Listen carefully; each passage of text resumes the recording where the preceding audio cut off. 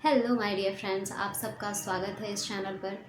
जब कोई आपको चीट करता है तो उस सिचुएशन में क्या करना चाहिए, क्योंकि आजकल ये बहुत ज़्यादा ही चल रहा है। पार्टनर एक दूसरे को चीट कर रहे हैं और फिर वो बहुत ज़्यादा उनका इमोशनल ब्रेकडाउन हो रहा है, मेंटल ब्रेकडाउन हो रहा है और ये कहीं ना कहीं कुछ लोगों के लिए तो बहुत ज़्यादा खतरनाक भी साबित हो रहा है। ऐसे सिचुएशन में किया जाए, तो आज इस वीडियो में इसी का सॉल्यूशन मिलेगा। वीडियो को एंड तक ज़रूर देखिएगा और अगर वीडियो पसंद आए तो वीडियो को लाइक करें, कमेंट करें, शेयर करें और हाँ, चैनल को सब्सक्राइब करना एंड बेल आइकन प्रेस करना ना भूलें ताकि ऐसी वीडियोस आपको मिलती रहे। जब भी ऐसी सिचुएशन आती है तो हो सकता है कि आप दोनों की गलती हो, या ये भी हो सकता है कि सिर्फ आपके पार्टनर की गलती हो और उसने आपको चीट किया हो। बट जब ऐसी सिचुएशन आती है ना, तो एक इंसान बहुत ज़्यादा इमोशनली ब्रेक हो जाता है और ये इमोशनल ब्रेकडाउन इतना ख़तरनाक कई बार हो सकता है कि वो इंसान को मेंटली भी ब्रेक करता है और फिज़िकली भी बहुत ज़्यादा इनएक्टिव कर देता है।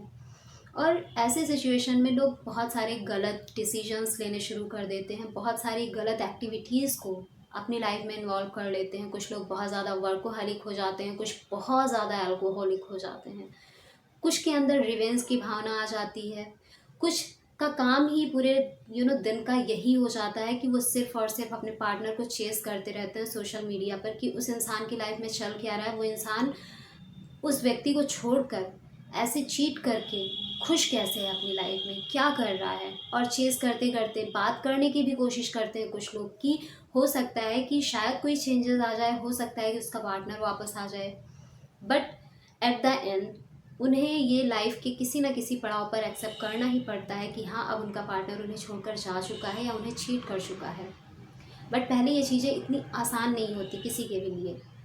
अब ऐसे सिचुएशन में क्या किया जाए कि इन चीज़ों से बाहर निकला जाए, क्योंकि कई बार ये इतनी इंटेंस हो जाती हैं, ये फीलिंग्स जो फ्रस्ट्रेशन की होती है, गुस्से की होती है, नफ़रत की होती है, कुछ लोगों में रिवेंज लेने की जो भावना होती है कि कई बार या तो वो उस इंसान के साथ कुछ गलत कर देते हैं या फिर वो खुद के साथ कुछ गलत कर लेते हैं। लाइफ को इतना सस्ता बना देते हैं, नहीं समझ आता, क्योंकि ये जो इमोशंस होते हैं ना, जब ये बहुत ज़्यादा हो जाते हैं ओवरवेलमिंग, तो ये हमें कंट्रोल करने लगते हैं। और थॉट्स तो ठीक है, अगर हम कॉन्शियस लेवल पर अपने थॉट्स को चेंज करें तो वो तो हम कॉन्शियस लेवल पर चेंज करते हैं, बट उस थॉट के अकॉर्डिंग हमारे इमोशंस इतनी जल्दी नहीं बदल पाते, क्योंकि जो हमारा थॉट्स है ना, वो बहुत तेज़ी से एकदम खरगोश की चाल में भागता है। बट जो हमारे इमोशंस है ना, उनकी चाल बहुत स्लो होती है, एकदम कछुए की चाल। जल्दी रिलीज़ कर पाना बहुत मुश्किल होता है और जिसकी वजह से लोगों में बहुत सारी प्रॉब्लम्स आ जाती हैं, उन्हें ट्रस्ट इशू होने लगता है, वो आगे चलकर किसी पर भरोसा नहीं कर पाते, उन्हें रिलेशनशिप में आने में डर लगता है और आगे लाइफ में मूव ऑन करने में भी बहुत लोगों को डर लगता है, वो वहीं पर स्टक हो जाते हैं। तो अब ऐसे सिचुएशन में किया जाए, तो सबसे पहले आपको गॉड को थैंक्स बोलना है कि वो इंसान आपकी लाइफ से चला गया। आपको सेलिब्रेट करना है।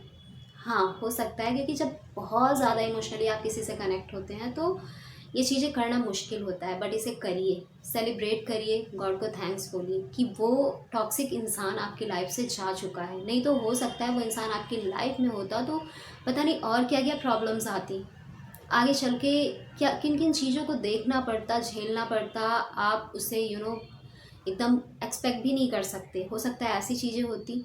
इसलिए थैंक्स बोलिए कि समय रहते इनिशियल लेवल पर वो इंसान आपकी लाइफ से चला गया, भले उसने आपको चीट किया हो। खुद को ये बताइए कि हाँ, मैं वो इंसान मेरे योग्य नहीं था, मेरे लायक नहीं था, या फिर मुझ जैसे अच्छे इंसान को हैंडल करने की उसमें कैपेसिटी नहीं थी। इस तरीके से खुद को समझाइए और अब अपने फोकस को शिफ्ट करिए। फोकस शिफ्ट करना बहुत ज़रूरी है, क्योंकि जब तक आप अपना फोकस शिफ्ट नहीं करेंगे, आपका पूरा फोकस उसी सिचुएशन पर, उसी इंसान पर, उन्हीं सारे इमोशंस पर जाएंगी और ये चीज़ें कई बार बहुत ख़तरनाक हो जाती हैं इंसानों के लिए। अपना फोकस अब आपको शिफ्ट करना है अपने फैमिली पर, अपने फ्रेंड्स पर, अपने काम पर, जो भी काम है लाइफ में, अपनी हॉबीज़ पर, अपने रिक्रिएशन पर, कुछ नई चीज़ों को रिक्रिएट करने पर, अपनी हॉबीज़ पर फोकस करिए। अपनी फैमिली के साथ बैठिए, उनके साथ टाइम स्पेंड करिए, अपने दोस्तों से मिलिए। मुश्किल होता है क्योंकि जब कोई रिलेशनशिप में आता है तो पूरा टाइम वो कॉल पर लगा रहता है अपने उस पार्टनर के साथ, हेलो हाय सोना बाबू, यही सब चलता रहता है और ये चीज़ें धीरे धीरे उस इंसान को उसकी फैमिली से, उसके फ्रेंड्स से, हर जगह से कट करनी शुरू कर देती हैं। बट सडन ऐसे ब्रेक डाउन के टाइम पे फिर वापस से अपने फैमिली में वापस से उसी तरीके का एक कनेक्शन बिल्ड कर पाना अपने दोस्तों के साथ थोड़ा मुश्किल होता है। बट हाँ, अगर आप शुरू करेंगे तो डेफ़िनेटली आपको अपनी फैमिली से सपोर्ट भी मिलेगा, अपने दोस्तों से सपोर्ट मिलेगा।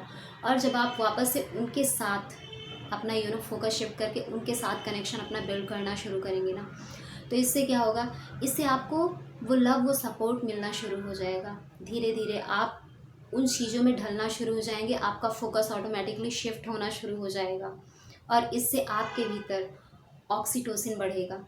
और जब ऑक्सीटोसिन का लेवल बढ़ता है, वो रिलीज़ होना शुरू होता है, तो आपको अच्छा महसूस होता है। वही ऑक्सीटोसिन जो उस इंसान के साथ आपको आपके भीतर रिलीज़ होता था जब आप उस इंसान से बात करते थे, उसके साथ रहते थे। जब वो सारे फोकस चेंज करके अपने फ्रेंड से एक उन जेन्युइन लोगों से मिलना शुरू हो जाएगा, वो लव, वो अफेक्शन, वो सपोर्ट, तो आपके भीतर वो oxytocin, happy hormone, love hormone automatically secrete होना शुरू हो जाएगा, उसका लेवल बढ़ना शुरू हो जाएगा। और अब आपको अपने छोटे छोटे गोल्स बनाने हैं, उनको अचीव करना है। जैसे जैसे आप छोटे छोटे गोल्स बनाकर उन पर काम करना शुरू करते हैं और उनको अचीव करते हैं, तो आपको एक सेंस ऑफ अचीवमेंट की फीलिंग आती है, क्योंकि आपके अंदर डोपामिन का लेवल बढ़ना शुरू हो जाता है और ये हार्मोन आपको अचीवमेंट की फीलिंग देता है, जिससे आपके अंदर खुशी पैदा होती है। और कुछ फ़न एक्टिविटीज़ में खुद को इन्वॉल्व करना है। अगर आपको बच्चों के साथ खेलना पसंद है, उनके साथ खेलिए। बड़ों के साथ हंसी मजाक मस्ती करना पसंद है, दोस्तों के साथ बाहर घूमना पसंद है, जो भी चीज़ें पसंद है वो करना शुरू करिए फ़न के लिए।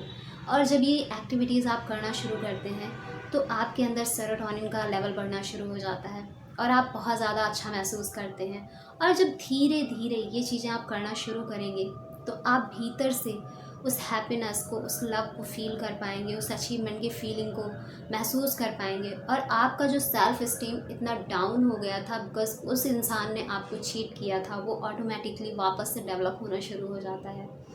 और ये चीज़ें जितना मैं कह रही हूँ उतना आसान नहीं कि एक दिन में हो जाएंगी, बट खुद को आपको टाइम तो देना ही पड़ेगा, क्योंकि इतना टाइम आपने उस रिश्ते में इन्वेस्ट किया, इतनी सारी चीज़ें की, अब सडन वो चीज़ चली गई आपकी लाइफ से, वो इंसान चला गया, वो सारे हैप्पीनेस जॉय जो इस इंसान से मिल रहे थे वो सारी चीज़ें चली गई, तो उन चीज़ों को रिकवर करने में थोड़ा टाइम लगेगा। बट यहाँ पर आपको ये चीज़ें खुद के लिए करनी ही पड़ेंगी और इवन करनी चाहिए, क्योंकि अपनी लाइफ को इतना सस्ता मत बनाओ। आपकी लाइफ वैल्यूएबल है और एक इंसान चला गया तो उसके जाने के लिए सेलिब्रेट करिए। और हाँ, यहाँ पर आपको रिवेंज की भावना और ट्रस्ट इशू खुद में बिल्कुल नहीं पैदा होने देना है, या खुद को बिल्कुल भी क्रिटिसाइज़ नहीं करना है कि आप उसके लायक नहीं थे, आप में शायद कोई कमी थी या आप अच्छे नहीं थे। ये बिल्कुल भी खुद को नहीं कहना है। खुद को सिर्फ ये बताना है कि उस इंसान के अंदर कैपेसिटी नहीं थी किसी अच्छे इंसान को अपने साथ रख पाने की। लोग अपनी औकात से बाहर की चीज़ों को अफोर्ड नहीं कर पाते और आप उनकी औकात से बाहर थे, शायद इसी वजह से वो आपको अफोर्ड नहीं कर पाए। खुद को ये बताना है और अपनी सेल्फ इस्टीम को और ज़्यादा डेवलप करना है। अगर आपको ऐसा लगता है कि आप उस इंसान से बदला लेंगे, उसके साथ गलत करेंगे और उसे खुश नहीं रहने देंगे, या कुछ ऐसी गलत हरकतें करेंगे कि खुद को अल्कोहलिक बना लेना या हमेशा काम में ही खुद को डुबा देना, तो ये चीज़ें आपके लिए सही नहीं है। इससे आप कोई ख़ास रिवेंज नहीं ले पाएंगे। अगर आपको बदला लेना ही है ना, तो खुद को खुश करके उस इंसान को दिखाइए, उस इंसान को दिखे कि आप अपनी लाइफ में कितना खुश हैं उस इंसान के जाने के बाद। ये असली बदलाव होता है। ये बिल्कुल भी नहीं होता कि आप उसके साथ कुछ गलत करें या खुद के साथ कुछ गलत करें। और जब आप ऐसा करने लगते हैं तो धीरे धीरे आप ऐसी सिचुएशन से मूव ऑन कर पाते हैं, क्योंकि इमोशंस का जो जाल होता है ना, बहुत ख़तरनाक होता है। वो भी नेगेटिव इमोशंस का निकलना मुश्किल होता है, बट अगर आप अपना साथ देंगे तो आपका साथ देने के लिए और भी बहुत सारे लोग आपके पास आएंगे। लेकिन अगर आप खुद का साथ नहीं देंगे तो कोई भी आपको सपोर्ट नहीं कर पाएगा। खुद को सपोर्ट करिए, इस तरीके से खुद को उन चीज़ों से बाहर निकाल सकते हैं आप। और मेडिटेशन हुआ और योगा हुआ, ये सारी एक्टिविटीज़ तो डेफिनेटली आपको हेल्प करती हैं। बट खुद को समझाना, खुद के साथ टाइम स्पेंड करना, खुद को टाइम देना और इन सारी एक्टिविटीज़ को करके उस इमोशन से खुद को बाहर लाना बहुत ज़रूरी है। आगे क्या होगा कि जब आप नए रिश्ते में जाएंगे तो आप उस व्यक्ति को भी पहचान पाएंगे। आपके पास प्रीवियस रिलेशनशिप से ऐसी बहुत सारी लर्निंग आपको मिल चुकी होगी जिससे आप पहचान जाते हैं कि हाँ वो इंसान आपके लिए सही है या नहीं, जो अब आपकी लाइफ में आया है। बस खुद के भीतर ट्रस्ट इशू नहीं रखना है, बेफालतू का बेफिजूल का कोई शक नहीं खुद में पैदा करना है उस इंसान को लेकर, क्योंकि दुनिया में हर कोई एक जैसा नहीं होता। सो इस ट्रस्ट और होप के साथ अपने रिश्ते में आगे बढ़िए और अपनी लाइफ को खूबसूरत बनाइए। So see you in the next video. तब तक के लिए bye bye and take care. Thanks for watching.